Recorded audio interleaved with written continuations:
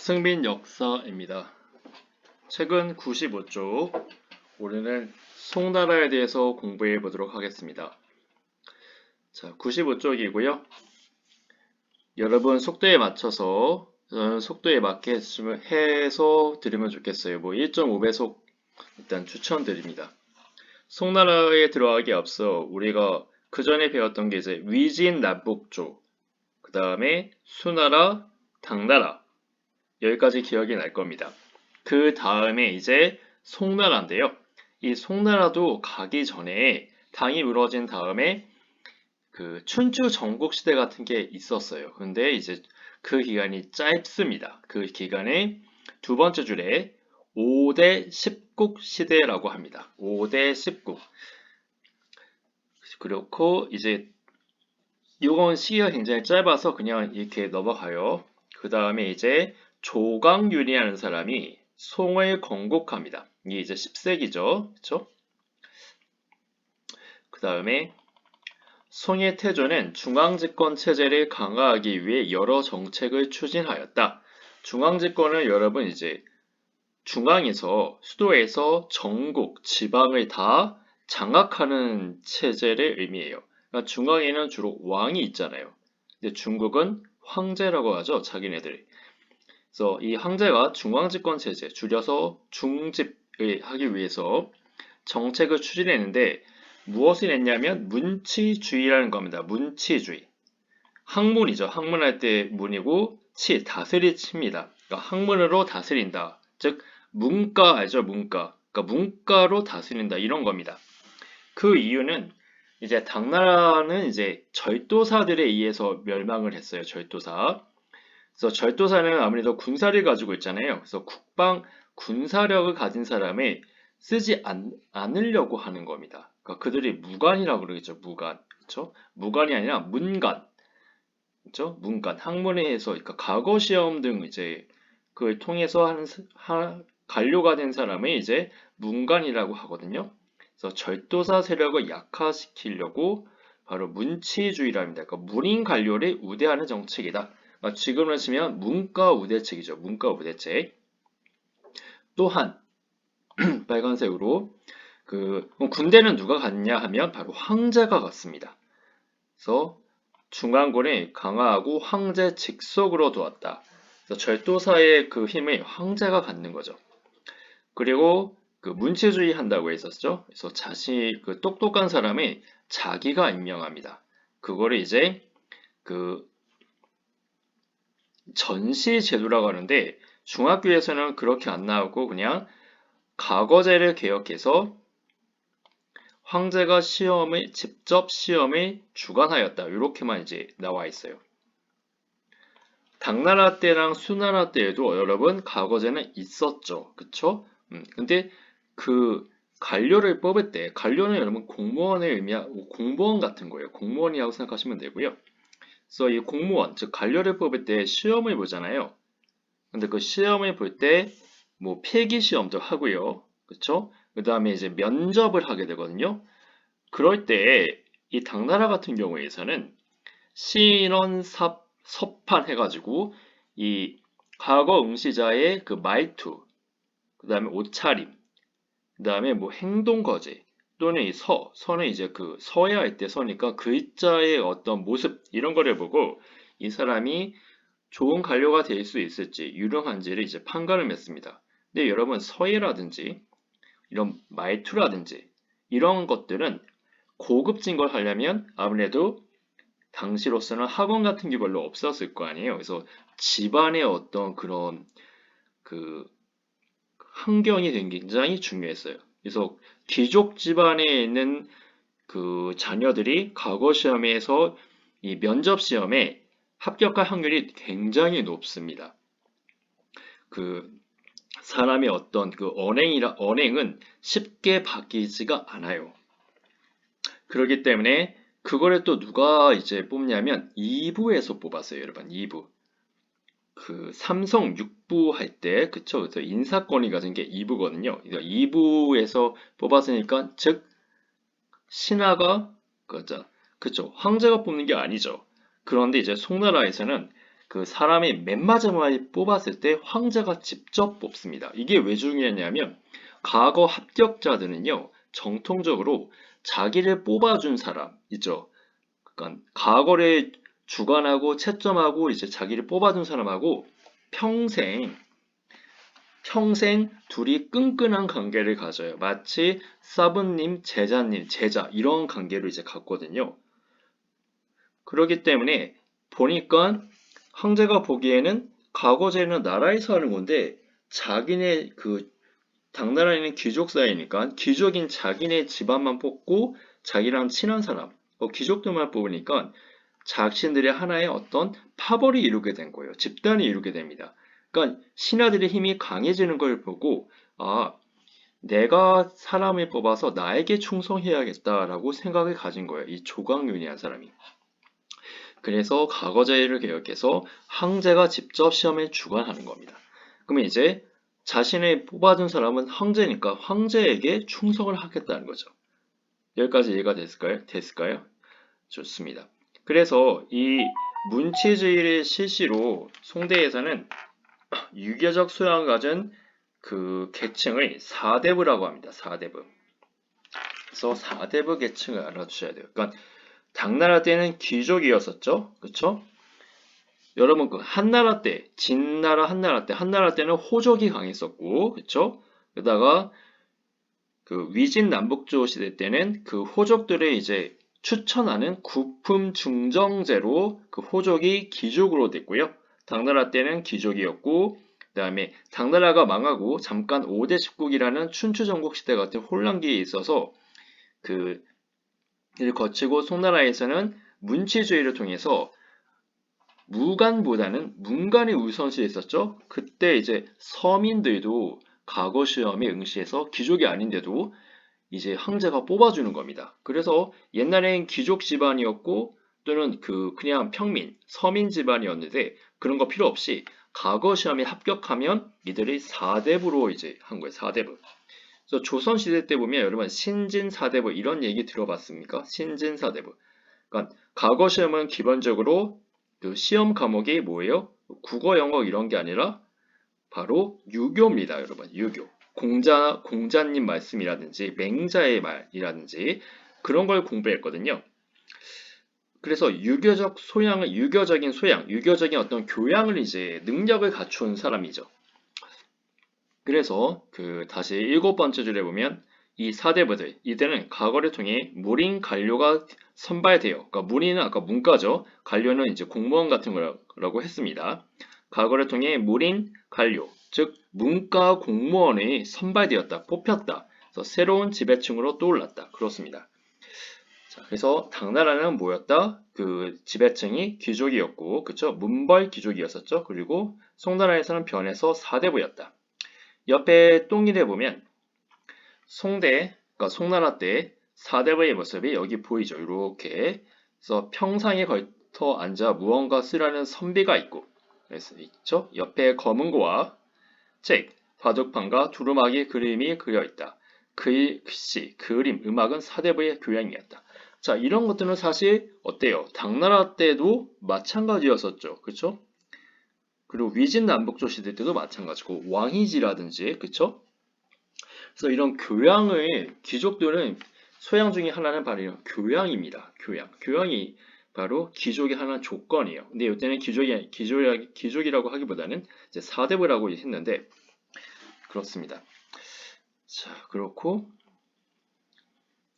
다음 9번째 줄에 송은 지나친 문치주의로 문치주의로 해가지고 이제 황제가 중앙집권을 하려고 했던 거죠. 사실은 황제권을 강화시키려고 했는데 이게 단점이 있어요. 이 단점이 뭐냐면 이순신 같은 이제 무관이죠. 무관에 이제 소홀히 하는 겁니다. 군사 그 장군도요. 문관에 임명시켜요, 여러분. 그러니까 지금 우리 뭐 장군이면 이제 육군사관학교 출신이잖아요. 그들은 이제 무관이잖아요. 근데 여기에 전혀 전공도 아닌 사람을 뭐 군사령관이라든지 그런 걸로 이제 임명시키는 겁니다. 뭐 국방부 장관인데 육사 출신이 아니라, 그러니까 군인 출신이 아니라 뭐 행정 출신이라든지 뭐 법대 출신이라든지 그러니까 군사에 대한 지식을 잘 모르잖아요. 그쵸? 그래서 그 부하들도요, 은근히 지휘관이 별로 안 좋아했습니다. 자기 전공, 그러니까 그 병사들도 봤을 때 전문성이 부족한 사람이 그 위에 그 높은 자리를 차지했으니까 불합리하다고 본 거겠죠. 그래서 그 결과 아홉 번째 줄에 지나친 문체주의로 군사력이 약화됐다. 근데 송나라는 이걸 왜 한 것 같아요? 송나라 황제 입장에서는 5대 19 그리고 당나라 때 이 절도사들 있잖아요. 안록산의 난이라든지 이 절도사들이 군사권이 너무 강하다 보니까 오히려 반란을 일으킨다는 겁니다. 조광윤도 사실은요 절도사 중심 그 출신이에요. 그러니까 언제든지 군사력을 가지고 힘만 있으면 황제가 될 수 있다는 교훈을 얻은 거죠. 이 조광윤이. 그래서 그 아예 그 반란이 일으키지도 못하게 절도사의 그런 것을 없애버리고 다 그 황제가 다 가지게 되는 거예요. 군사권이. 그리고 군사령 간에 그 무관이 아니라 문관이 파견한 거죠. 그러니까 잘 모르는 거예요. 그리고 그 이 군사령관이 혹시라도 자기 밑에 있는 그 부하들하고 친해질까봐 2년마다 이게 노테이션을 돌렸어요. 그러니까 계속 그 한 군데서 장기 근무를 하지 못하게 했습니다. 그러니까 이 명령 체제 같은 것이 그 군대에서 뭐 기강을 잡는다든지 이런 것들이 이루어질 때쯤이면 군사령관이 다른 데를 가야 돼요. 그러니까 처음부터 다시 시작해야 돼요. 그 군대랑 어떤 끈끈한 어떤 인맥을 쌓거나 통치를 때 체제 정비를 하거나 그런 것들이 그렇기 때문에 이 송나라는요 중국 역사상 가장 약한 나라가 됐어요. 그거는 이제 뒤에 한번 살펴봅시다. 그래서 뒤에 나옵니다. 북방민족의 공격을 자주 받았다. 요거요. 이때 당시 어떤 민족이 있었냐? 북방민족. 북방민족은 그 우리나라 위에 중국 위에 있는 나라인데 그 지금으로 치면 만주 그다음에 몽골 그쪽 지역에서 출현한 그 민족이라고 보시면 돼요. 그래서 그 발해는 거란에게 멸망당했잖아요. 그렇죠? 이 거란이 발해 멸망시킨 다음에요. 중국을 쳐들어갔는데 이 송나라였었어요. 그래서 송나라가 집니다. 송나라가 져요. 우리 이제 그때 고려가 나타났고요. 자, 그래서 송은 평화를 유지하는 대가로 이들에게 많은 양의 비단과 은을 주었다. 뭐요? 중국이 이제 바치는 겁니다. 거란 같은 나라에게. 그러니까 돈을 많이 바치니까 국가의 돈이 이제 재정이죠. 재정이 어려워졌다. 위기가 찾아왔네요. 재정이 이제 없어지면 나라 운영하기 어렵죠. 그래서 이거를 해결하기 위해서 왕안석이라는 사람이 개혁을 합니다. 왕안석. 이 사람 중요해요. 왕안석. 근데 이 왕안석의 개혁은 어떤 개혁이냐면 많이 가진 사람들 있잖아요. 당시에는 땅을 많이 갖거나 아니면 상인인데 대상인이라든지 즉 이런 사람들은 사대부와 거의 이제 연관이 되어 있습니다. 그러니까 기득권층이죠. 뭔가 권력을 가진 층이잖아요. 이들의 그런 대주주라든지 대상인의 어떤 그런 이권, 좋은 거를 좀 빼앗고 평민에게 혜택을 주는 정책이에요. 뭐 나쁜 말로 말하면 포퓰리즘이라고 할 수 있고 좀 좋은 점으로 말하면 부의 재분배죠. 이런 정책으로 민생 안정과 부국 강병, 민생 안정은 이제 민간이죠. 백성의 생활이 안정하는 거, 그렇죠? 부국 강병은 나라를 부자를 만들고 병사를 강하게 만드는 거. 그래서 개혁을 시도했다. 즉 강대국이 되는 걸 얘기하는 거죠. 강대국 선진국 이런 거. 근데 왜 실패했냐면 기득권. 그러니까 기득권이 바로 이제 보수파입니다. 보수파 관료들의 반대로 실패했다. 그래서 왕왕성이 죽은 다음에 그의 개혁은 이제 다 사라집니다. 똥이에 보면 왕왕성의 개혁이 보면 농민과 상인에게 낮은 이자로 돈을 빌려줄 것. 그리고 정부가 물자 공급을 통제할 것. 그러니까 물자는 원래 대상인이 주로 했거든요. 거기서 많은 이득을 얻었는데 그거를 국가니까 국가가 이제 그거를 통제하는 겁니다. 그러니까 전기 같은 거를 만약에 일반 뭐 기업에서 하면 지금보다 전기세가 훨씬 더 비싸질 거라고 생각이 들잖아요. 뭐 수도세도 그렇고 그렇겠죠? 사기업으로 하면. 근데 공기업으로 하니까 그래도 그걸 좀 깎아주고 많이 이제 낫잖아요, 우리나라가. 그래서 왕성은 약간 그런 공기업 약간 이런 걸 이제 많이 활성화하려고 했던 겁니다. 그리고 농민이 곧 병사가 되어 치안을 유지할 것. 이건 뭐냐 하면 그 당나라 때 그 부병제가 있었잖아요, 여러분. 부병제. 균전제 해가지고 농민에게 토지를 주는 대가로 병사를 만들었는데 이제 이 제도가 안사에 난 이후에 흔들려가지고 이제 없어집니다. 그래서 사병제가 들어서면서 이 사병이 누구의 이제 사병이에요? 그렇죠. 위에 있었던 바로 여기 절도사들. 절도사들이 바로 농민들의 사병으로 이제 썼고 그들이 강력한 군사력을 지녔는데 송나라 세운 그 조광윤이 다 없애버렸잖아요. 그렇죠? 그래서 병사는 어떻게 하느냐? 나라에서 월급을 주고 씁니다. 금군. 그래서 그 중앙군은 황제 직속에 이제 사병이 있었던 거죠. 아예. 그러다 보니까 여러분 사병으로 하니까 어때요? 그 월급 주고 이러면 국방비가 많이 들 거 아니에요? 국방비가. 지금 우리나라 이제 그 병사가 50만 명 정도 된다고 들었는데 만약에 그들이 지금 한 그래도 100만 원 정도 주죠. 이제 병사들에게. 병장 됐을 때. 그렇죠? 근데 만약에 지금 뭐 그냥 일반 그 이들에게 뭐 연봉으로 월급을 준다 이러면 하사관들도 한 200, 300은 받잖아요. 그 가장 낮아도. 그러면 지금보다 훨씬 더 그 국방비가 많이 들어갈 수밖에 없겠죠.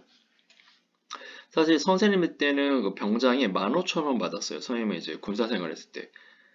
그래서 이등병이 아마 10,000원이 안 됐던 것 같아요.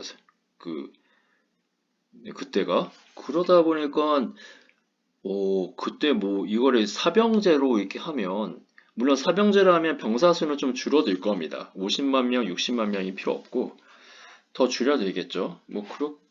아무튼 그렇게 될 건데, 그러니까 어쨌든 그 군사가 여기 군사 수도 약간 적었겠죠. 지금 만약에 우리나라가 사병 시스템으로 변한다면, 아무튼 이렇게 해서 그 왕성의 개혁은 그러니까 총체적인 개혁이었었죠. 그러니까 이런 개혁들을 한다면 전에 이제 그 토지를 많이 가진 사람들 이런 사람들이 싫어한다는 겁니다. 대상인들이. 왜냐면 자신의 그런 이득을 얻어야 되는데 그 이득을 국가가 갖겠다는 거잖아요. 그래서 그 돈으로 백성 생활도 안정시키고 민생 안정도 시키고 그 돈으로 그쵸. 군사력도 키우겠다. 부국감리하겠다. 그래서 어려움을 이겨내겠다. 이런 건데 왕왕성이 당시 그래도 당시 송나라 황제의 두통 그 믿음, 신임이라고 그러죠. 신임이 있었기 때문에 이제 가능했지만 왕성이 죽은 다음에는 이제 다 물거품이 됐고요. 그 다음에 황제들은 정치를 안 하고요. 뭐 예술을 하고 정치에 손 놨습니다. 황제가 정치를 해야 되는데 정치를 안 한다? 정치를 나쁘게 하는 것도 나쁘지만 정치에 무관심하면 그 밑에 신하들이 정치를 대신할 거 아니에요. 근데 그 신하들이 왕왕석 같이 국가를 위해서 정치를 하면 좋은데 만약에 그들이 다른 마음을 먹었다면 그 권력을 가지고 자신의 이득을 얻는데 그 모든 것을 그 총동원한다면 나라는 어떻게 될까요? 그쵸? 뻔하겠죠. 어떻게 됐지? 더 약해져요. 그런 상황에서 이제 그 금나라에게 공격을 받습니다. 이후 송은 금의 공격을 받아 이거는 빨간색으로 해야겠네요. 실수. 일단 얘는 지우고 송은 금의 공격을 받아 금은 여진이 세운 나라예요. 금의 공격을 받아 남쪽으로 수동겼다. 즉 여러분 중국이 북한 남한처럼 북쪽 지역을 빼앗겨요. 금나라에게. 그래서 그 남쪽으로 옮겼잖아요. 이를 남송이라고 합니다. 세상에 중국이 반으로 갈라지고요. 그리고 금나라에게 뺏깁니다. 금나라가 여진족이잖아요. 여진족이 누구냐 하면 말갈이라고 합니다. 말갈. 말갈이 뭐냐 하면 그 여러분 그 발해 때 초등학교 때 배웠을 텐데 발해가 어떻게 만들어졌냐면 고구려 유민과 말갈로 만들었어요. 그러니까 말갈은 사실 고구려가 있었을 때도 고구려 밑에 속했던 민족이에요. 그런데 그 민족에게 중국이 반이 날아가 버립니다. 세상에나. 중국도 이러한 시기가 있다는 거예요. 중국이 계속 강한 게 아니라 그 보잘것 없다고 생각한 이런 민족에게도 없어져 버린 거예요. 반이. 자, 그렇습니다. 그러니까 정치가 굉장히 중요하죠. 이런 면에서 보면 나라의 운명이 걸렸으니까요. 그런데 이제 남송은 그러면 되게 쪼달렸냐? 그것도 아니라는 거예요. 왜 그러냐면 양쯔강이 있고요. 여기는 기후가 어때요? 따뜻하죠. 그러다 보니까 그 하복 지역, 그러니까 이 중국을 반으로 갈랐을 때 위에 있는 지역 있잖아요. 그 위에 있는 지역보다 그러니까 쌀 농사 같은 거, 농사가 훨씬 잘 됐습니다. 그래서 남송은 거의 경제력이 비슷했어요. 그 땅덩어리만 이제 잃어버린 거죠. 그랬는데 정치는 어떻게 됐어요? 개혁을 안 했어요. 그러다 보니까 역사는 계속 반복되잖아요. 역사가 반복되는 이유는 그 문제점, 역사적인 문제점을 해결하지 않고 그냥 덮었기 때문이에요. 송나라 이 남송에 있는 정치가들도 북송이 어려워진 이유를 보고 개혁을 해야 되는데 안 했어요. 그러니까 아니한 거죠. 너무 아니란 거예요. 너무 게을렀습니다. 그냥 현 상태에 어차피 돈이 잘 들어오니까 그거 갖고 그냥 풍족하게 살면 되니까 그냥 거기에 머물렀던 거예요. 그런데 주변 상황은 바뀌었습니다. 금나라가요. 당시에 태무진이라는 사람이 나타나는데 이 사람이 그 몽골을 통일합니다. 그러니까 금나라도 무너뜨리는 그 민족이에요. 이들이 남송을 공격한 겁니다. 그래서 남송에서는 예전처럼 돈으로 이제 구워 삼으려고 그랬는데 안 통해요. 그냥 끝내버립니다. 그래서 몽골의 침략으로요. 송나라는 결국 멸망합니다. 그러니까 여러분 변화에 주저하면요. 결국 끝나버립니다. 여러분 게임할 때도 업그레이드 안 하면 다음 스테이지 단계에서 끝내기 어렵잖아요. 그런 거예요, 여러분. 우리 삶이나 이 세계 역사라든지. 자, 그걸 이제 우리는 이제 알 수 있죠. 다음 현장 속으로 책 밑에 보면 이제 송이의 관리 선발 제도의 특징, 관리 선발 이제 과거제를 얘기하겠죠. 그래서 송나라 때 과거제 어떻게 했냐? 송태조 때 과거 시험에서 부정행위가 발각되어 시험을 다시 치르는 일이 벌어졌다. 이를 계기로 송은 과거제를 개혁했다. 어떻게? 그러니까 약간 좀 잘 사는 애들이 컨닝 페이퍼를 만든 겁니다. 컨닝 페이퍼를 만들었는데 이제 그, 자신의 안쪽 옷에다가 그 글자를 쓴 거예요. 이렇게 뭐 경전 같은 유교 경전으로 시험 보잖아요. 아니면 예상담안 같은 거 이제 쓰고 갔다가 그 시험장에서 그거 이제 컨닝하다가 이제 들킨 거죠. 아니면 당시에 주민등록번호가 없으니까 어떻게 해요? 똑똑한 사람에게 돈 주고 대신 시험 보라고 한 겁니다. 그죠? 그래서 이 합격자를 이제 합격자를 뽑잖아요. 이제 나중에 황제가 이제 면접을 합니다. 면접을 해서 또 물어봤는데 대답을 잘 못하는 거예요. 그래서 봤더니 시험을 이 사람이 친 게 아니라 뭐 대신 쳐줬다든지 그런 게 되게 왕왕 있었던 겁니다. 굉장히 많았던 거죠. 그래서 이거를 어떻게 했냐면 우선 지방에서 1차 시험을 치렀다. 지방에서 이제 1차 시험 봅니다. 그러면 뭐 인천 살면 인천에서 이제 시험 보고 그쵸? 그다음에 뭐 경상북도에 살면 경상북도에서 시험을 봐요. 그다음에 2차 시험은 이제 서울로 옵니다. 2차. 근데 여긴 중국이니까 중국 수준은 개봉이거든요. 개봉으로 와요. 개봉으로 와서 시험 보고 여기서 최종 시험은 바로 전시. 여기 선생님이 앞서 얘기했는데 전시. 이게 황제가 직접 치르는 시험입니다. 그래서 과거 시험의 최종 단계인 3차 시험에서 황제가 직접 시험관으로 참가. 그러니까 시험관이 바로 황제죠. 합격자의 순위까지 결정합니다. 1등을 장원이라고 그래요. 장원급제요 이런 말 한번 들어봤죠? 장원. 장원이 이제 과거 시험 1등자입니다. 엄청난 특혜를 받았어요. 이 장원은. 최종 합격자는 관료가 될 뿐 아니라 공무원이 이제 관료라고 했잖아요. 그러니까 관료는 이제 관리를 의미하는 거예요. 관리. 그래서 자신의 선발해준, 선발은 뽑아주는 거니까 황제와 스승과 제자 관계를 맺었기 때문에 황제에 대한 그 관료의 충성심을 높일 수 있었다라고 하는 겁니다. 그다음에 한편 여러분도 만약에 뭐 삼성이라든지 현대라든지 대기업에 나중에 시험을 치를 거 아닙니까? 그러면 필기 시험 보고 면접 보잖아요. 그쵸? 근데 면접 자리에 이제 회장님이 만약에 뽑아주는 거죠. 여러분을.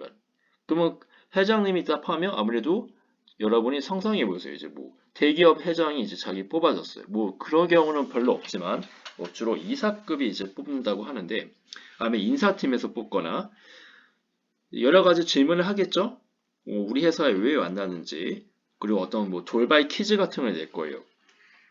이 사람이 얼마나 그 머리 회전이 뛰어나는지 아니면 뭐 사회성 측정을 하겠죠. 뭐 협력을 해야 되니까 그게 이제 면접이잖아요.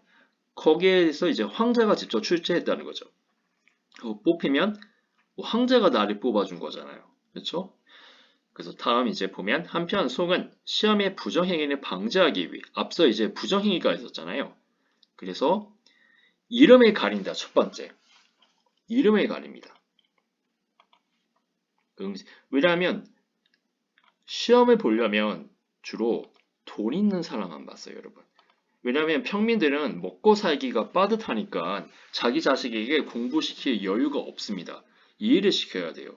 그리고 농경 사회는 기본적으로 남자를 많이 낳잖아요. 근데 여러분이 결혼해서 자식을 갖는다 해서 항상 남자가 낳을 가능성이 있는 건 아니잖아요. 그쵸? 농사는 남자가 많아야 되니까 당시에는 또 자식이 굉장히 많았겠죠. 그러니까 그런 거를 키우려면 어떻게 그 학원은 아니더라도 뭐 서당이라든지 뭐 그 뭐지? 그 한나라 때는 태학이라고 하잖아요. 태학. 또는 이제 이때는 국자감이라고 하는데 지금은 지금 대학이죠. 대학교. 이런 데 보내려면 돈이 이제 있어야 되겠죠. 이 사람 얘에 대해서 먹여 살려야 되고 책도 사줘야 되고 그러니까 책도 되게 비싸요.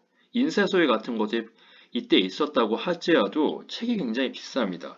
지금 치면 몇십에서 몇백만 원이에요, 여러분. 그러니까 아니면 다 이제 옮겨 적어야 돼요, 책을. 여러분, 교과서 책 옮겨 적으려면 시간이 어때요? 만만치 않겠죠. 근데 평민들은 이해시켜야 되니까 그거 할 시간이 없을 거 아니에요. 그쵸?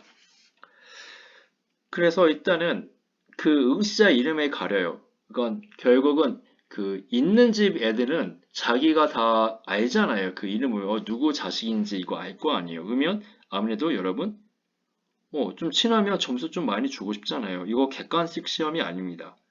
그쵸? 이거 다 논술 시험이에요.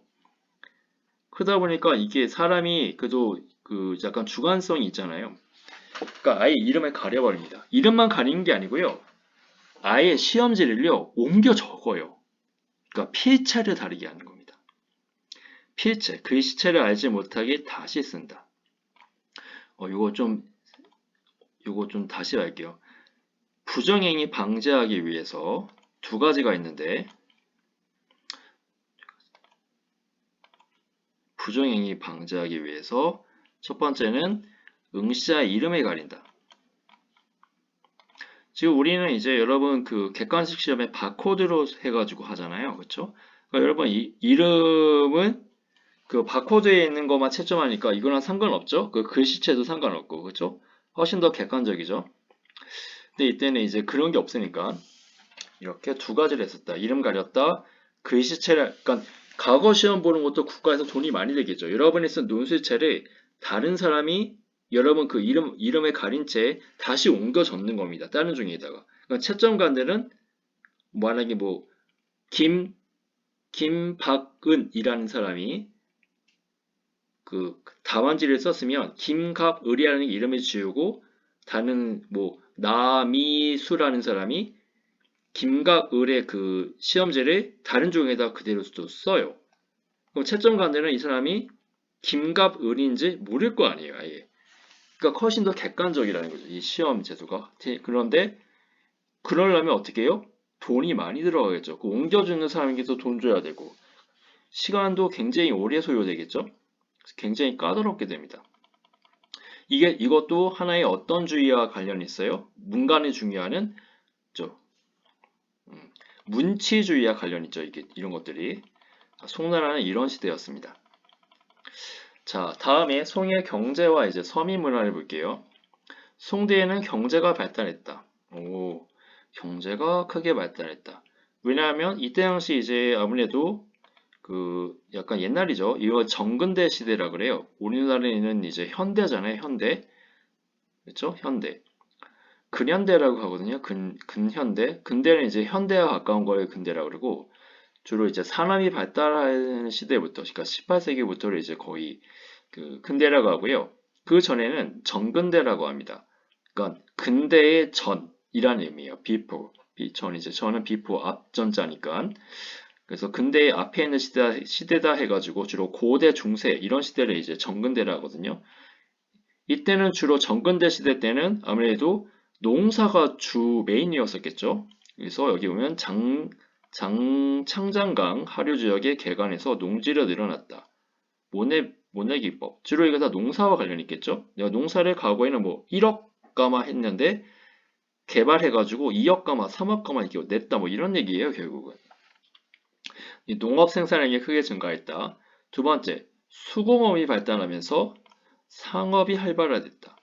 뭐 이때는 석탄도 사용했습니다, 여러분. 이 송나라 때는. 화력이 굉장히 세지면서 철이라든지 뭐 도자기 사업 이런 것들이 굉장히 발달하게 되거든요. 그 다음에 도시의 상인과 수공업자 등의 행착 등의 동업조합을 만들었다. 그러니까 서양으로 치면 이게 길드예요, 길드. 게임에 보면 길드 같은 게 있잖아요. 자기 편 이렇게 만드는 거. 그러니까 상인도 뭐 가방 만드는 상인이면 그 가방 만드는 동업조합이 있었다는 거죠. 근데 그 동업조합의 이름을 행이라고 합니다. 이 상인들은 행. 그 다음에 수공업자들은 작이라고 하는 거예요. 작. 와, 가방 만드는 건 수공업이겠죠? 그 가방 만드는 작, 뭐 이런 걸 만들었겠죠. 작이라고 이름을 지었겠죠. 그래서 자신들의 이익을 보호하고자 하였다. 계속 읽을게요. 상거래가 많아지면서 상거래는 건 상업거래죠. 상업하는 거래. 그래서 쿠팡 뭐 이런 것도 상거래잖아요. 쿠팡에서 물건 사고 파는 것도. 상거래가 많아지면서 이제 동전이 많이 만들어졌고, 그리고 지금은 지폐 이런 거에 사용하죠. 이제 모두 전자. 그 다음에 이제 요즘은 가상화폐까지 나와졌는데 당시는 그 정도까지는 아니었고 지폐를 만들었습니다. 그걸 교자라 그래요. 만두 이름 같은데 아무튼 교자라고 합니다. 그리고 송나라 때의 학문과 사상은 사대부 중심으로 발전하였다. 그래서 어떤 학문이 가장 발달했냐면 성리학이라는 겁니다. 이 성리학이 이 정근대 그 철학 중에서 사상 중에서 좀 중요한 그 부분을 차지하고 있어요. 왜냐하면 조선을 만들었던 그 정몽주라는 사람, 정도전이라는 사람이 이 성리학적 체제에 의해 가지고 이제 나라를 세우거든요. 그리고 그 뒤에 조선이 성리학을 가지고 이제 정치에 중요한 그 이념으로 삼습니다. 여러분 그 유명한 사람이 있으면 율곡이라든지 그다음에 태계이양 그러니까 1,000원하고 5,000원이 그 주인공들이잖아요. 이 사람들도 다 성리학을 공부한 학자였었어요. 이게 이제 송나라 때 이제 발달됐다는 겁니다. 누가 이제 이거를 만들었냐면 사실 많은 사람이 만들었는데 이거를 성리학을 최종적으로 이제 약간 집대성한 사람이 있어요. 그 사람이 여자 이름 같지만 남자입니다. 주희라는 사람이에요. 주희. 남성의 주희. 그러니까 성리학은 이제 유교라고 보죠. 유교인데 유교는 원래 그 충과 효 이런 걸 이제 했었잖아요. 충효. 즉 도덕적인 거죠. 윤리적인 건데 근데 이 성리학은요. 그 철학을 그 가미했습니다. 철학을 이제 더 집어넣었어요. 그래서 우주의 원리. 이 우주의 원리가 뭐예요, 여러분? 모르죠. 그렇죠. 근데 어떤 그러니까 과학에서는 물리학에서 이제 이거를 다루잖아요. 물리학에서. 그다음에 인간의 본성. 인간의 본성이 뭐예요? 모르죠. 뭐 성악설이라든지 뭐 성선설 이런 거 들어봤죠. 그렇죠. 이런 걸 탐구하는 게 성리학입니다. 그래서 성리학은 크게 이와 기로 이제 이 모든 걸 다 설명합니다. 이와 기. 그건 이제 뭐 나중에 기회가 되면 다시 보고 아니면 윤리 도덕 시간에 아마 배울 겁니다. 그렇고 성리학은 이후 중국을 비롯한 동아시아 각국의 통치 이념이 되었다. 이렇게 나왔고요. 그래서 조선시대 때 많은 영향을 줬다고 설명드렸죠. 그리고 그 일본에서는 에도막고 시대 때 이제 이 성리학이 이제 받아들여요. 에도막고. 에도막고면 이제 임진왜란 끝난 다음에 나타난 이제 일본의 그 정권이거든요. 이 에도막고 때 유학자가 나타나면서 이들이 나중에 그 난학이라는 걸 받아들여요. 난학. 난학은 이제 그 난이 그, 그 오렌지가 유명한 나라가 뭐죠? 그 네덜란드죠. 네덜란드. 네덜란드 학문의 난학이라 그래요. 그러니까 서양 학문에 받아들여요. 이 일본이. 그러니까 조선은 당시에 쇄국 정책 해가지고 안 받아들였거든요. 근데 그걸 받아들일 때 주로 누가 이걸 받아들였냐? 바로 이 성리학자들이 그걸 연구했어요. 성리학자들이. 이 성리학자들이 그 공부를 잘해요. 굉장히 잘합니다. 어쨌든 단순히 유교 경전을 암기하는 것뿐만 아니라 어떤 사상 체계 같은 걸로 사용해서 사람이 굉장히 똑똑해졌다고 합니다. 그래서 이들에 의해서 나중에 메이지 유신이 가능했다는 얘기가 있어요. 그 일본 그 어떤 그 연구 논문에 의하면. 근데 우리로서 아쉽죠. 왜냐하면 우리도 일본보다 성리학이 훨씬 더 발달했거든요. 그리고 더 똑똑한 사람 훨씬 더 많았습니다. 근데 이제 그 나라에서는 성리학 이외에 다른 학문을 받아들이는 것을 이단이라고 그랬어요. 그래서 사문난적이라 해가지고 심하면 죽였습니다. 나라에서. 그러니까 그게 약간 일본하고 우리가 약간 차이점이었었죠. 즉 요점은 뭐냐? 유능한 인재에게 새로운 학문에 대한 기회를 차단한 것이 조선의 발전을 막은 것입니다. 그러니까 적양용이라는 사람이 천재잖아요. 조선 후기 때. 그래서 여러분 뭐 거중기라든지 그죠 목민심서라든지 다양한 분야에 있어서 많은 책을 연구한 사람인데 막았잖아요. 나라에서. 그 사람이 남인이다 해가지고 자기 학파가 아니다 해가지고 성리학을 해야 된다고 해가지고 어쨌든 그 이 성리학의 이제 그 첫 걸음은 바로 이 주의라는 사람이죠. 12세기 때. 근데 그게 15세기 조선 15세기에서 거의 19세기까지 조선에 큰 영향을 줬다는 겁니다. 일본도 마찬가지고 이후 성리학은 이후 중국에서 근데 과학기술도 발달했더라. 과학기술에 뭐가 발달했냐? 세계 그 어디서 3대 발명품인가 뭐 그런 게 있어요. 정근대 시대 때. 바로 이 하약, 나침반, 그다음에 활판 인쇄술 요거. 또 제지법은 이제 여러분 그 한나라드잖아요. 한나라는 거의 기원전 2세기에서 기원 후 2세기까지인 나라였고 이때는 12세기였고 그러니까 1000년이 지났죠. 제지법에서 요때. 그러니까 중국이 과학기술이 발달했는데 정작 이것을 쓴 거는 주로 서양에서 이게 훨씬 더 발달돼요. 이 하양무기 이런 것들이. 그래서 12세기 때 만들어졌지만 개량을 좀 안 한 것 같습니다. 그러니까 서양에서는 이 하양무기가 발달되면서 19세기 때 그러니까 대포로 쏴가지고 사정거리가 있잖아요. 대포가 날아가는 거리. 그렇죠? 이게 중국이랑 서양이랑 완전 그 차이가 나버리는 거예요. 그래서 뭐 건투로 치면 중국은 쇼팔이고 그다음에 이 서양, 뭐 영국 이런 나라들은 굉장히 팔이 길어가지고 그렇죠? 아예 싸움이 안 되는 겁니다. 그럼 이제 나중에 아편 전쟁 할 때쯤 이제 다시 살펴보겠습니다.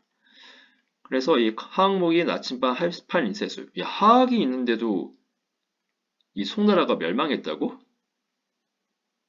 그만큼 얼마나 약한 거예요, 군사력이 도대체. 그러니까 무기는 좋은데 그 군사의 어떤 통치 기술이라든지, 그러니까 군사 사령관도 이게 문인이니까 잘 모를 거 아니에요. 그러니까 전문성 부족이라든지, 그러니까 인재, 사람을 쓰는 게 굉장히 중요하잖아요, 결국은.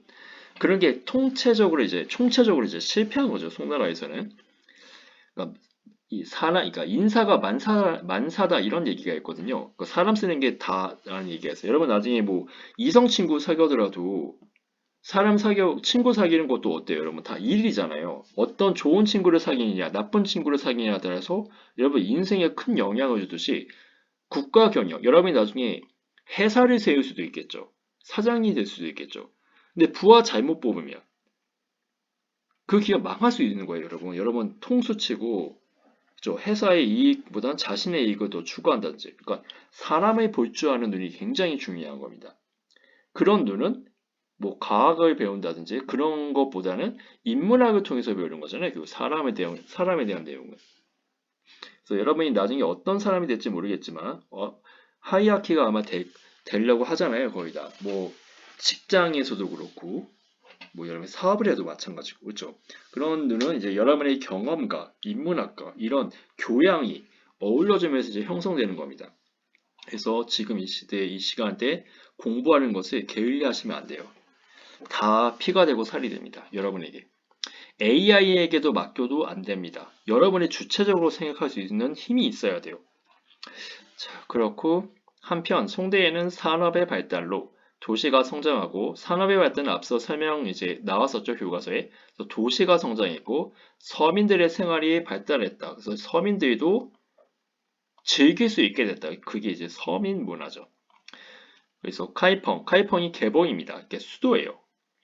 카이펑과 항저우 이제 항주라 해가지고 여기가 상하이 아시죠? 상하이는 옛날에 그 어촌이었어요. 조그만 어촌이었고 그 전에는 남송시대 때 제일 큰 도시는 바로 항저우입니다.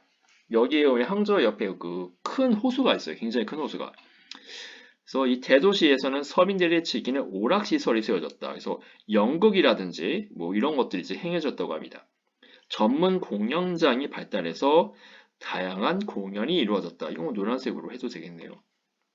서민들의 즐기는 오락시설. 우리는도 오락시설 우리도 많죠, 그쵸? 뭐 PC방도 있고, 뭐 노래방도 있고, 또 뭐도 있을까요? 어쨌든 뭐 집에서도 놀 수 있죠. 뭐 넷플릭스 같은 것도 이제 다양한 그 컨텐츠들도 이제 제공하고, 그렇죠? 그렇습니다. 뭐 아니면 카페 가서 이제 친구들이랑 이제 수다 떨어도 되겠고, 생각을 키워요. 송해 과학기술, 불화살. 오, 이게 뭐냐? 화약을 이용한 로켓 발사. 이거 화약을 이용했기 때문에 이거 엄청 빠르겠네요, 진짜. 송해 화약 무기는 13세기경 이슬람 세계를 거쳐 유럽에 전해졌다. 이거 100년 전쟁 그 십자군 전쟁 때 이제 나왔던 거죠, 그렇죠? 근데 이게 바로 송나라 중국의 하약이 가져간 거고요. 이 하약과 대포의 발달로 기사가 이제 필요 없게 돼버린 거죠. 그렇죠? 이건 앞서 배웠는데 노란색으로 한번 쭉 보는 걸로 합시다. 우리나라 역사에서는 이제 이 하약 기술을 고려 때 이제 채무선이라는 사람이 이제 가져오거든요. 그래서 이걸로 우리는 뭐 했냐면 왜고들을 이제 물질렀어요. 왜고는 이제 일본 해적이거든요. 다시 해적이라는 것은 대포가 없으니까 화살을 쏘거나 아니면 이제 배를 이제 맞붙인 다음에 백병전을 해요. 이제 배 위에서 갑판 위에서 칼질 같은 거 하는 거죠. 창질 같은 거. 그래서 상대를 죽이거나 밀어가지고 바다에 빠뜨려 버리는 거죠. 근데 하약이 있으면 아무래도 왜고들이 이제 접근하기 전에 대포로 쏴가지고 그쵸 불태우거나 주로 이제 거의 불태우는 걸로 많이 이용한 것 같아요. 이제 하약의 그 성능이 터지는 게 아무래도 미약했겠죠. 적었겠죠. 약하니까 아니면 이제 뭐 부러틴이라든지 그 철로 만들어졌을 테니까 그 대포 알은 어쨌든 하약 무기가 있었다 송나라에. 그다음에 나침반은 뭐 뭔지 알잖아요. 이건 뭘로 갔을까요? 이거는 이제 그 배 타는 사람들, 그건 대상인들 이런 사람들에게 도움을 줬습니다. 12세기 무렵 중국인들은 나침반을 항해에 이용했다. 그러니까 배 타는 데 이용한 거죠. 왜냐하면 반약을 알아야 될 거 아니에요. 그쵸? 이런 걸 통해서 해도도 이제 만들어집니다. 해도라는 것은 이제 바다의 지도잖아요. 이런 걸 만들어지면서 이제 그 배를 타고 이제 멀리까지 나갈 수 있게 된 거죠. 그래서 이슬람 상인에 의해서 유럽에 전해지면서 여러분이 이제 알만한 사람은 이제 콜럼버스 같은 사람들 있잖아요. 이런 사람들이 이제 이걸 이용해서 그 대서양을 건넌 거죠. 그 콜럼버스가 대서양을 건너서 그 당시에 이제 신대륙이라고 하는 아메리카 지역을 이제 발견하게 된 거죠. 근데 콜럼버스는 거기가 신대륙인지 몰라가지고 만약에 알았더라면 그 땅 이름이 콜럼버스 자신의 이름을 땄을 텐데. 그렇죠. 그러니까 아는 게 이제 아는 만큼 보인다고 하잖아요, 여러분. 인생은 이제 아는 만큼 보이는 겁니다. 아는 만큼. 우리 이제 이 세상에 대해서 다 알지 못해요, 사실은. 뭐 다 아는 사람이 있으면 신이죠, 그 사람은. 그렇습니다. 자, 그렇고 할판 인쇄술. 송에서는 활자를 이용한 할판 인쇄술이 개발되었다. 이건 지금 점토판에다가 한 거잖아요. 그래서 이거 점토판에 이제 글자를 파가지고 이거를 이제 점토가 딱딱해질 때까지 이제 어떻게 해요? 이제 놔둔 거죠. 그 다음에 여기다가 먹 같은 걸 찍어가지고 먹을 이제 묻힌 다음에 종이에다가 찍은 거예요. 그러니까 요 도장 같은 거 생각하시면 돼요. 도장에다 이제 글자를 파잖아요. 그리고 이제 잉크 같은 걸 묻힌 다음에 찍으면 글자가 나타나죠. 그래서 그런 걸 이제 한 겁니다. 이걸 하다 보니까 아무래도 예전에는 이제 필사라 해가지고 이제 글을 옮겨 적었잖아요, 여러분. 그거보다 훨씬 더 어때요? 책값이 더 싸졌고, 그리고 책도 많이 만들 수 있겠죠. 그러면 이 책을 가지고 이제 옛날에는 이제 귀족이라든지 송나라 때 지배 세력을 뭐라고 알고 있어요? 사대부죠. 그러니까 이런 좀 있는 집안만 책을 샀는데 이제 이게 책값이 저렴해지면, 그쵸? 양이 많아지면 가격이 이제 떨어지잖아요. 그 수요와 공급의 법칙에 의해서. 이러니까 서민도 돈이 있는 사람이라면 이 책을 샀겠죠. 근데 이 책을 과거 시험에 위한 그러니까 집어치면 문제집을 살 수도 있지만 문제지만 여러분 책 사지 않죠. 여러분 뭐 소설이라든지 그런 것도 이제 사잖아요. 뭐 소년이 온다 뭐 이런 거 사잖아요, 여러분. 그쵸? 그러니까 이때도 서민 문화니까 재미있는 소설 같은 게 이제 등장하기 시작하거든요. 송나라 할 때. 그러니까 서민들도 이런 거 사서 구입하면 출판하는 사람들도 돈을 많이 벌게 되겠죠. 이런 게 이제 복합적으로 다 일어났다는 겁니다. 그래서 이 송나라, 그래서 할판 인쇄술로 많은 양의 책을 빠른 속도로 만들어낼 수 있어서 지식 보급에 기여했다. 도와줬다는 얘기죠. 기여했다는 얘기는. 자, 그러면 여기까지 이제 송에 대해서, 송 또 있네. 또 있습니다. 자, 세 번째, 페이지는 97쪽이고요. 송은 주로 바다를 통해 여러 나라와 교류했다. 왜냐하면 북방 민족에게 항상 당했기 때문에 그래요. 아까 거란이라든지, 그다음에 뭐 금나라, 그다음에 몽골, 뭐 이런 나라에게 이제 당했어요. 그래서 바다를 통해서 지도를 보시면 위에 서와 이런 게 이제 북방 민족이거든요. 요 나라는 거란이 맞는 나라고, 거란이 이제 여기 고래 위에 있는 발해를 멸망시켰습니다. 이 거란이 맞는 게 요고, 나중에 금나라가 이 요를 없애요. 그러니까 북방 민족 때문에 위로 가기 어렵겠죠. 그래서 비단길 이런 거 가기 어려웠을 테고, 왜 서화가 막고 있기 때문에. 그래서 이 바다를 통해서 주로 갔었다. 그래서 큰 배를 만들어 무역에 이용했고 나침반을 사용했다. 이제 충분히 우리가 이거를 이해할 수 있겠죠. 그 다음에 치안저우, 광저우 등의 항구에는 광저우 여기 밑에 있죠. 치안저우 있죠. 여기 광저우 밑에 있는 섬이 홍콩이에요, 여러분. 홍콩이 광저우 쪽에 있습니다. 그래서 무역 사무를 맡아보던 것을 시박사라고 한다. 시박사. 그러니까 바다가 영어로 시잖아요. 시. 그러니까 그렇게 암기하면 좋을 것 같죠? 시박사, 바다 박사 이런 식으로. 그렇고 송에는 고려와 일본은 물론 동남아시아와 인도, 아라비아 등의 상인들이 오고 갔다. 아라비아와 인도에서 오는 상인들은 향료, 상아, 진주 등을 가지고 와서 팔았다. 그러면 여기 향신료 여러분 후추 같은 거 생각하시면 돼요. 후추. 후추가 옛날에 귀한 이유는요. 돼지고기 같은 게 금방 상하잖아요. 그리고 후추를 뿌려 먹으면 맛이 맛있죠. 그렇죠? 우리나라에 뭐 고추장 같은 거 이제 먹을 거 생각했는데 이때 고추장이 없었습니다. 아마 고추가 뭐가 신대륙을 발견한 남아메리카에서 나는 걸로 알고 있어요. 그렇기 때문에 그게 한 16세기 이후거든요. 송나라는 12세기 때 만들어진 나라잖아요. 그러니까 그 전에 이제 뭐 후추 같은 거 이제 뿌는 거죠. 그다음에 상아, 진주 이런 것을 가지고 팔았고 중국에서는 이제 정통적으로 이제 비단이 있었겠죠. 비단이나 도자기, 그다음에 차, 그다음에 뭐 책 이런 것들을 중국은 이런 걸 팔았다 이렇게 이제 보여집니다. 상아가 막 코끼리 상아인가 그런 것 같아요. 코끼리 열대 지역에 사잖아요. 인도 이런 데. 그다음에 북방민족. 자, 북방민족이 나오는데 당이 멸망하고 중국이 5대 19국으로 분열하자 중국이 약해졌죠. 이 틈에 주변에 유목민족은 이제 그 가축을 기르는 게 유목이잖아요. 이런 부족이 통합해서 국가를 세웠는데 강력한 군사력. 왜냐하면 얘네들은 유치원 때부터 이제 말을 타거든요. 여러분 말 타고 싸우면요, 그냥 일반적으로 그냥 보병이라고 그러잖아요. 그냥 땅에서 그냥 싸우는 사람들. 그 보병보다 힘이 엄청나게 강해요. 뭐 긴 창을 들고 이렇게 돌진하면 못 막습니다. 더군다나 이들은요, 이제 뭐 말에서 그냥 생활합니다. 그리고 화살도 쏠 수 있어요. 그러니까 이들이 공격하면 들판에서 싸우기 어렵습니다. 뭐 큰 성에서 싸우지 않는 한은. 야으라복이라는 사람이 거란을 이제 통일한 사람이에요. 야으라복이. 키는 한 8척, 184에서 190 사이에 있는 큰 키에 큰 체격을 지녔고, 이 사람이 거란을 통합하면서 이제 거란을 건국했다. 이 사람이 발에 멸망시켰습니다. 그러니까 거란족 입장에서는 영웅이고 우리 입장에서는 발을 멸망시켰으니까 원수라고 해야 될까요?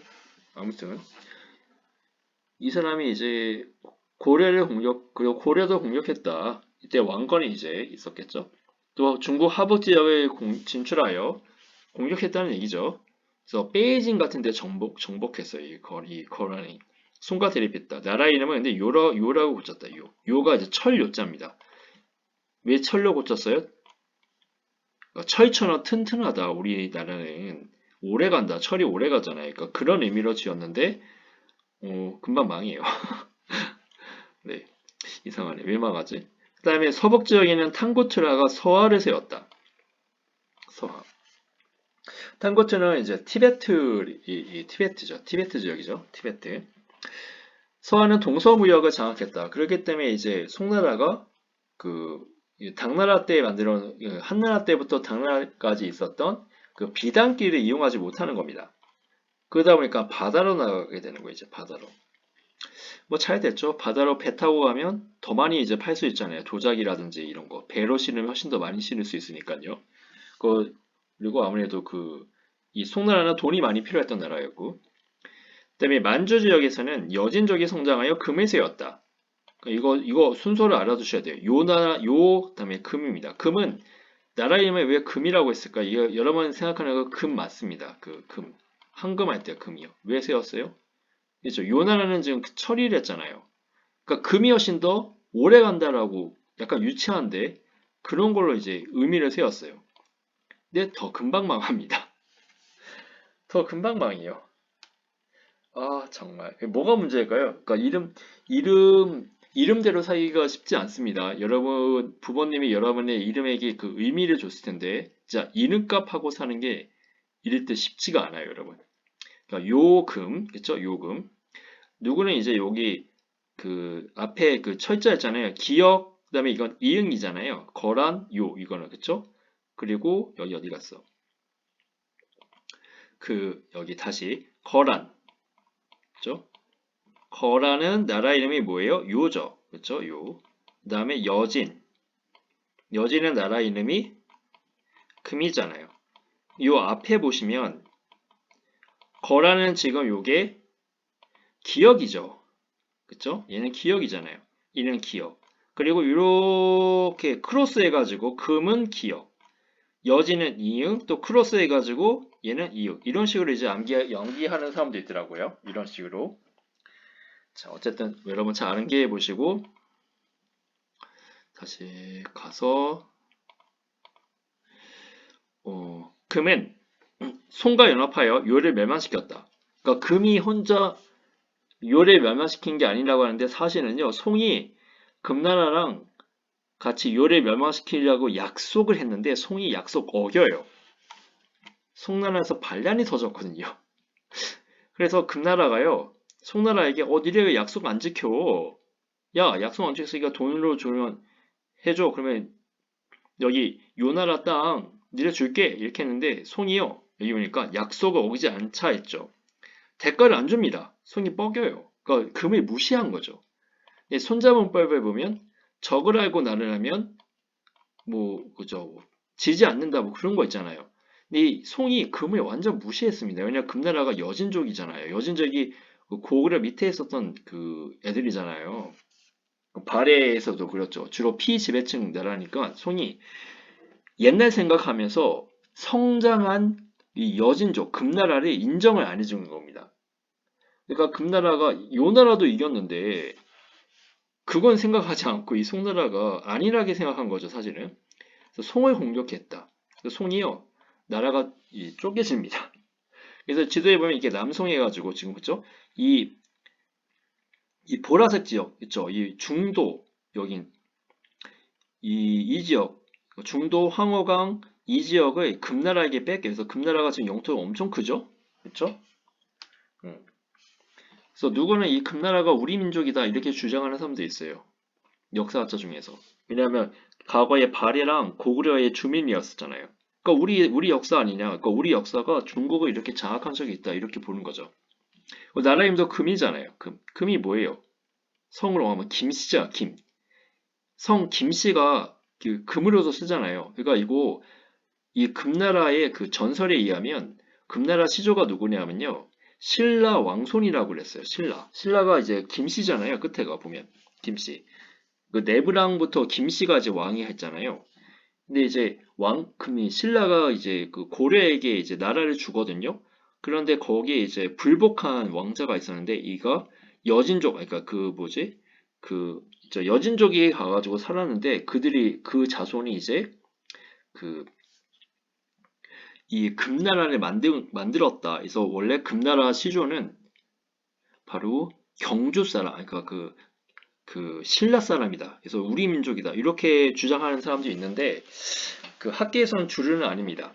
메인은 아니에요. 아니 그런 게 있다는 거죠. 그 얘기는 이제 장차 우리 대한민국이 어떻게 발전될지는 모르겠지만 남북 통일을 위해 중국이 분열 상황을 갖게 된다면 뭐 위진남북조라든지 춘추전국 시대 같은 시대가 올 수 있잖아요. 5대 10국이라든지 그때 우리가 강력한 이제 경제력과 정치력, 그 군사력을 가진다면 과거의 발해 영토라든지 또는 이 금나라가 차지했던 이 중국 하북 지역 이 지역까지 우리가 영향력을 행사해가지고 중국을 완전히 분열시켜 버리는 거죠. 그러면 이제 이 동아시아에서 우리가 더 이상 이제 그 과거에 중국과 일본에게 괴롭힘을 많이 당했잖아요. 나라가 좀 많이 힘들었을 때, 그쵸? 이제 그거를 극복하고 이 동아시아에서 중심 국가로서 우리가 이제 세계 평화에 이바지할 수 있는 거죠. 물론 전쟁이 좀 없어야겠죠. 전쟁 없이 평화적으로 하기를 이제 바랍니다. 그렇고 이제 금은 만주 이때를 비롯해 하북 지역을 이제 이렇게 팽창했는데 몽고에게 왜 진 거죠? 하면 그 역사학자들은요 나라가 이게 팽창했잖아요. 그런데 이거를 통치 체제를 갖추지 못해서 이렇게 망했다고 보고 있어요. 나라만 큰 겁니다. 결국은. 그러니까 여러분들 뭐 어린 나이 그 돈이 많이 벌어도 그거를 관리하지 못하면 망할 수 있는 거잖아요. 뭐 쉽게 얘기하면 로또 같은 거에 당첨돼 가지고 뭐 재산이 막 50억, 100억을 얻었다고 칩시다. 뭐 요즘 그렇게 많이 나오지 않지만. 근데 그거를 그 돈에 계속 만들 수 있는 어떤 시스템을 만들어야 되잖아요. 그쵸? 그 돈을 가지고 뭐 자신이 뭐 투자를 해가지고 한다든지 아니면 아예 자기가 장사를 해가지고 그 돈을 계속 만들 수 있도록 만들어야 되잖아요. 근데 그런 거 안 하고 계속 쓴 거예요. 그럼 어떻게 돼요? 나중에 망하는 거죠. 더 이상 돈을 벌 데가 없으니까. 그러니까 금나라는 그런 실수를 한 겁니다. 그러니까 영토는 크게 만들었지만 통치 체제를 마련하지 않았어요. 그러니까 우리가 이것도 역사적으로 보면 나중에 남북 통일을 한다든지 뭐 잘 돼서 나중에 우리가 만주 지역을 얻게 된다든지 그렇죠? 이런 지역을 얻었을 때 통치 체제를 이제 대한민국처럼 잘 발달된 뭐 도로, 교통, 그다음에 전기, 수도 시설, 그다음에 이런 뭐 각종 인프라라 그러죠. 이런 기반 시설이 마련해 놓고 통치를 잘 못하게 된다면 우리도 그 장담할 수 없는 거죠. 발전에. 그렇죠? 여러분이 나중에 뭐 부자가 된다. 돼서도 마찬가지입니다. 그러니까 여러분이 부자가 돼서도 그거를 그 돈이 잘 굴릴 수 있도록 그 마련을 돼야 합니다. 안 그러면 금나라처럼요. 금방 망해요. 자, 그러면 이제 더 이상 여기 금은 요것만 이제 쓰면 되겠네. 금은 아휴 왜 이렇게 번개가 치지? 금은 몽고에게 멸망됐다. 아이고, 여기까지 번개가 치지 왜? 몽고에 멸망했다. 요거만 있다. 1, 2, 3, 4. 그렇고 문화 속으로 정복 왕조의 통치와 문화. 요 금 등은 활쏘기, 아까 이제 활쏘기라 말타기를 어렸을 때부터 이제 시켰잖아요. 그쵸? 기동성에 앞세워 한족 왕조를 정복했다. 정복 왕조로 발전한. 정복 왕조는 이제 중국을 이제 일시적으로 정복한 지역을 정복 왕조라고 그래서 요. 그래서 요와 금은 한족은 이제 중국 사람의 한족이라고 그럽니다. 이 사람들이 지배하기 위해서. 근데 한족이 인구가 많잖아요.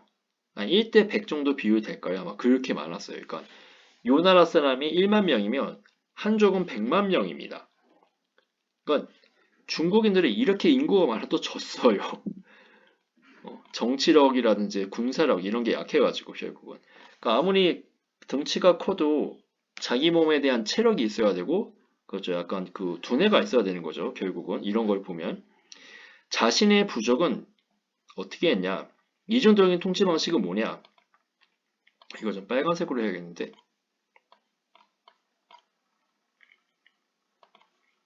이중적인 통치 방식. 그러니까 그 북방민족은 북방민족식으로 다스리는 겁니다. 자신의 부족은 부족제로 다스리고 한족은 중국식 통치 방식으로 균연제로 다스렸다. 이렇게 되는 겁니다. 이렇게 하면 여러분이 이해가 될까요? 이게 번개가 치면 이렇게 부족제랑 다음에 균연제 이렇게 다스리는 거죠. 한편 요금 서화는 자신의 문자, 서화도 여기 보니까 이렇게 정복 완조죠. 자신의 문자를 만들었다. 왜냐하면 이제 중국 문화에 고유한 이제 중국 문화에게 이제 그 정복당하지 않게 위해서요. 그러니까 군사력은 강한데 문화가 약하잖아요. 중국의 문화가 훨씬 더 강하니까. 자, 근데 우리나라 지금 한류라 해가지고 우리나라 문화가 굉장히 강하니까 중국이 이제 반발하잖아요. 그래서 모든 거 다 중국 거다 막 우기고 있고 막 그렇지 않습니까? 그런 거 생각하시면 돼요. 그래서 근데 결국은 이 나라들은 잠깐 중국을 정복했는데 지금 역사에서 사라졌습니다, 여러분. 이들이 이제 이 나라 이 요금 서화의 이게 민족들은 지금 중국인이 되었거나 아예 없어요. 근데 한국은 어때요, 여러분? 아직까지 우리의 정체성을 지키고 있죠. 참 놀랍습니다. 그러니까 문화가 이런 면에서 굉장히 중요해요. 자, 오늘 송나라랑 그다음에 정복 왕조에 대해서 배웠습니다. 그렇죠? 송나라는 그 5대 십국을 거치면서 절도사의 힘을 약화시키고 황제권을 강화하기 위해서 중앙집권을 했고요. 그러기 위해서 군사력을 약화시키는 대신 그 문치주의를 좀 중시했고요. 그리고 과거 시험을 중시했고 과거 시험은 굉장히 공정하게 치루어진다고 했었죠. 이때 등장한 계층이 4대부. 하지만 이제 문치주의로 군사력이 약화되는 것을 그리고 재정으로도 이제 많이 이제 그 어려웠잖아요. 여기 안 썼네. 재정이 어려웠다. 또 번개쳤네. 이걸 해결하기 위한 그 개혁가가 왕안석 되게 중요합니다. 왕안석이 이제 개혁을 했는데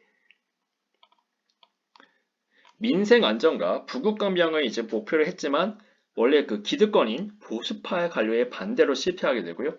이후 송은 금의 공격으로 남송이 됩니다. 수도가 남쪽으로 가면서. 하지만 경제력은 비슷했다. 원래 송이랑. 왜냐면 거기가 농사도 잘 되고 상업도 발달했고 그리고 바닷길을 통해서 외국과 상의를 많이 했었죠. 그렇고 이때 이제 학문은 성리학이라 해가지고 우주의 원리와 인간의 본성에 대한 탐구를 이와 기라는 것을 통해서 이제 그 완성이 되었다. 그게 주의라는 사람이고요. 그래서 주자학이라고도 합니다. 주의를 주자라고 이제 높여요. 공자, 맹자처럼 자자가 붙으면 스승이라는 뜻입니다. 그래서 주자라 해가지고 주자학 이게 완성되고요. 이게 이제 조선시대 때 다른 나라 일본이라든지 이제 그 영향을 많이 주게 됩니다. 과학기술에는 이제 제지법 말고 이때 당시에는 화학, 나침반, 할판, 인쇄술. 화학은 우리 고려 시대 때 채무선을 이제 가지고 오게 되죠. 그리고 할판, 인쇄술은 우리는 이제 이때 그 뭐죠? 팔만 대장경도 이제 인쇄술이잖아요. 어떻게 보면. 그죠? 뭐 직지라든지 우리가 훨씬 더 뭐 앞섰다는 그 이론이 있어요. 중국보다 훨씬 더. 그다음에 서민 문화가 발달했다. 카이펑, 항저우도 대도시 이것도 좀 미주 쳐야겠네요. 카이펑, 항저우. 그다음에 송은 바닷길, 그래서 바다에서 이 무역사물 맡은 것을 시박사라고 했고요. 시박사. 그다음에 그 북방민족의 첫 번째 거란이 세운 나라는 요. 그다음에 다음 민족인 여진이 세운 나라는 금. 이거 약간 크로스로 자음끼리 이게 같다고 이제 얘기 드렸죠. 그다음에 탕구투 민족은 서하를 세웠다. 이게 다 북방민족이다. 그리고 끝판왕인 그 여진 금은 끝판왕인 몽골에게 멸망당합니다. 그러니까 징기스칸이라 그래요. 태무진을 징기스칸에게 이제 멸망당하고요. 이 정복 왕족은 수가 너무 적기 때문에 자신의 부족의 정통을 지키기 위해서 부족제를 했습니다. 그리고 이 중국인들에게는 9년제로 다스렸다. 이거를 이중적인 통치 방식이라고 그래요. 듀얼이죠, 듀얼. 자, 그러면 우리 수고했습니다.